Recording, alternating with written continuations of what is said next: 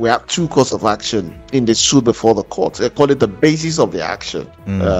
One is a request for information, and the second is a request for action. Okay. So we start with the first one, the request for information. To ask pertinent questions that Nigerians should be interested to know. That is, these former governors who are now senators in the National Assembly, have they been earning pensions as former governors where they have been senators, and how much have they earned?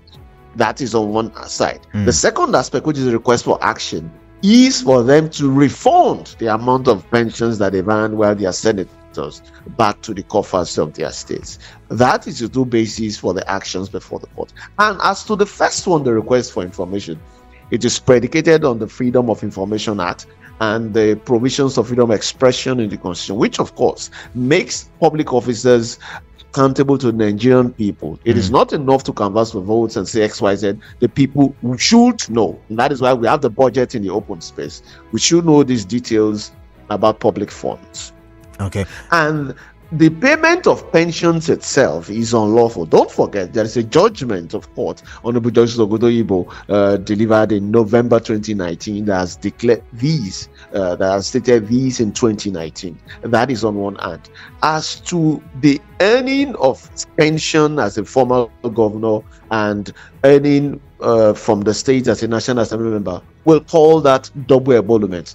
It is also clearly unlawful as it conflicts constitutional provisions in the Code of Conduct of Public Officers, specifically paragraph 2 sub A of the Code of Conduct for Public Officers in the 5th schedule of the 1999 Constitution is very clear. It forbids any public officers, and all these officers are public officers, including the president, from earning salaries and emoluments from two public offices at the same time. And don't forget, the Code of Conduct of Public Officers is of such importance that it is even a basis for impeachment, and it's a crime that can be tried by the Code of Conduct Tribunal. And so it is not, we're not talking of morality. It is a matter of legality. It's a constitutional provision. Now, let's stick with legality first. I do understand that all of the states that you have taken to court have got a law, or have got laws passed by their state houses of assembly that makes it possible and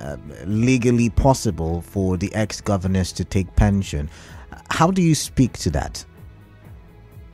Yes, it's very important, and this is why public education is very important. So there are constitutional provisions that allow for payment of pensions to specific classes of public officers. In this instance, we're talking about governors and their deputies. Section 124, subsection 5 of the Constitution allows state assemblies to make pensions for governors and their deputies. And it's very important to understand the letters and the purpose of the Constitution. Section 124, sub 5 uses the word may. It says that provisions may be made by the state house assemblies. Don't forget, may is permissible. Now, on the flip side, Section 84, subsection 5 allows pension for the president and the vice president. It uses the word shall. And you see the difference. It uses the word shall. Of course, it's mandatory.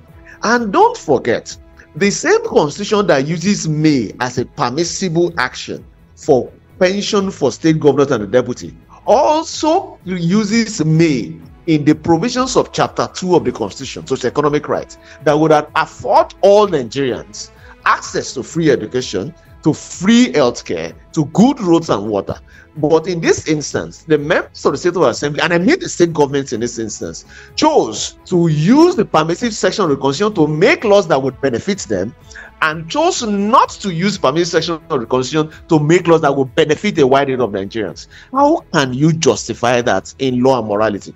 Secondly, when you are reading any document, particularly in this instance the law, and the document as a partner by the constitutions, it is very important to read it holistically, not individually. So when you look at Section 124 sub 5 that allows the permissive word for that allows states to make pension for governors, and the oath of office for public officers, and the Code of Conduct of Public Officers, and you marry all these sections together, do you think the intention of the Constitution is to rob the millions of people in the state who are poor of the opportunity to live quality life at the expense of paying few governors and their deputies, that has never been intentional.